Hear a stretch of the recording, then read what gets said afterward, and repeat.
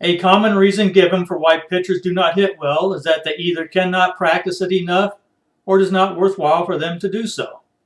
If that is true, then why are we assigning such a large number of talented athletes a second job that has nothing to do with why they were hired, for which they cannot or do not adequately prepare, and then be oblivious to how well or poorly they do that job?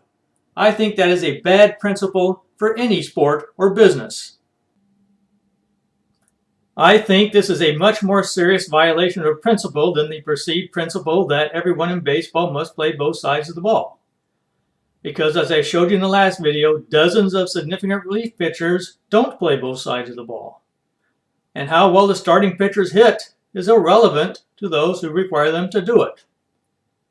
Also, I showed you in the last video, only 68s did not field very much.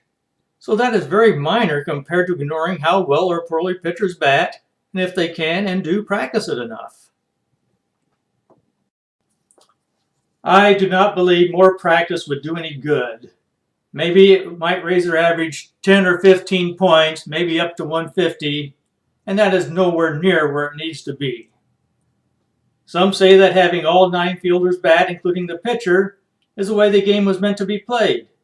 But when the National League began in 1876, pitchers batted .253 versus a league average of .265. So they were right up here with everybody else.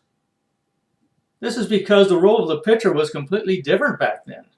He was required to pitch underhanded, and the batter could tell him if he wanted to pitch high or low. Does that sound anything like the pitcher of today?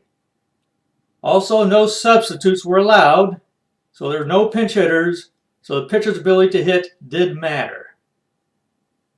So I consider having the pitcher bat as a rule that was appropriate at the time it was made. But they had no idea that the pitcher's role would completely change, thus resulting in the pitchers batting way down here at 135. I believe rules should be changed to account for such drastically changed conditions.